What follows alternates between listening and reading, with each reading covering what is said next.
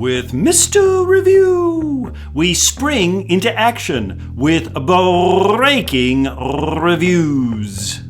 Hello, friends. We've been looking at the interaction among branches, government in trees. Well, Mr. Review, aren't we done? We've done Congress, we've done the president, we've done the courts. I thought it was government in trees. Oh, we have to spend a minute or two looking at the bureaucracy. Some would call it the fourth branch. The bureaucracy. Mr. Review, aren't these the employees of the executive branch? Yes. When Congress passes a law and the president is called to enforce that law, it usually takes people to do the enforcement. Let's just say Congress passes a law, for instance, to build a highway. Well, the president isn't out there with his shovel and bucket. The executive branch hires construction workers, and those construction workers, technically, are workers for the government. The bureaucracy is a powerful institution of implementing policy. For instance, let's just take the Secretary of State. The Secretary of State is the bureaucrat who helps the president oversee foreign policy.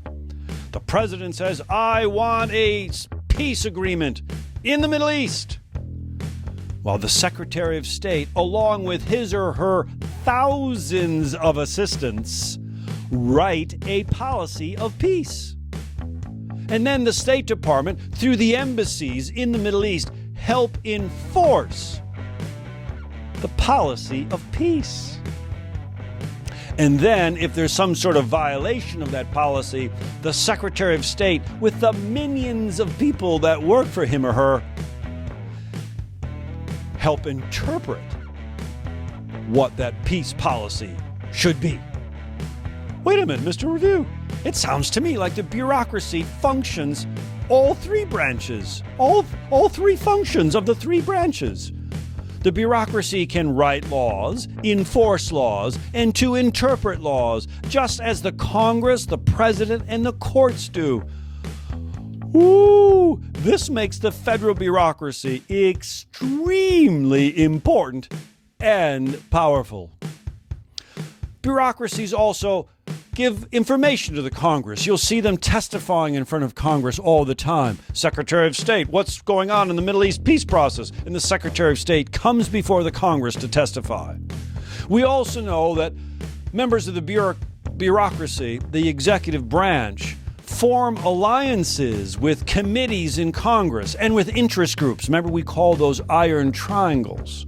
Or they form alliances with other interest groups, issue networks, to get policies done.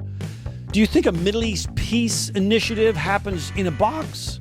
Oh no, there are interest groups and lobbyists who have a particular interest to play, an idea, a particular program that they would like to see initiated, and the bureaucracy interacts with interest groups and members of Congress.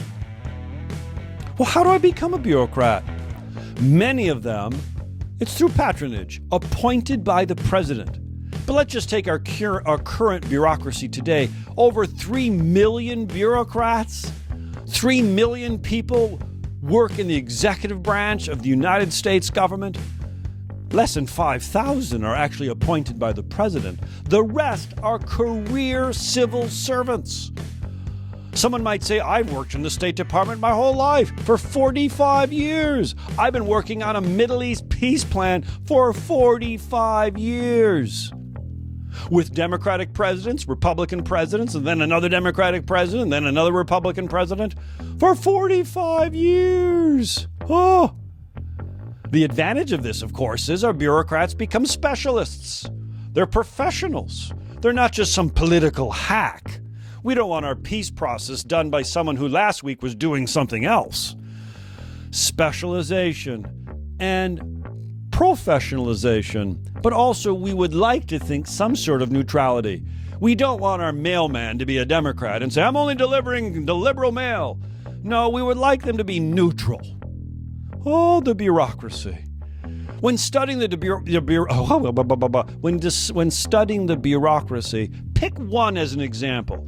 the State Department, for instance, or the Department of Education. Pick your school and determine, the bureaucrats would be like the principals, the president, the school boards, the Congress, the deans are the Supreme Court. The bureaucrats are the teachers. And the teachers have certain discretion to write policy, to enforce policy, and actually to interpret policy.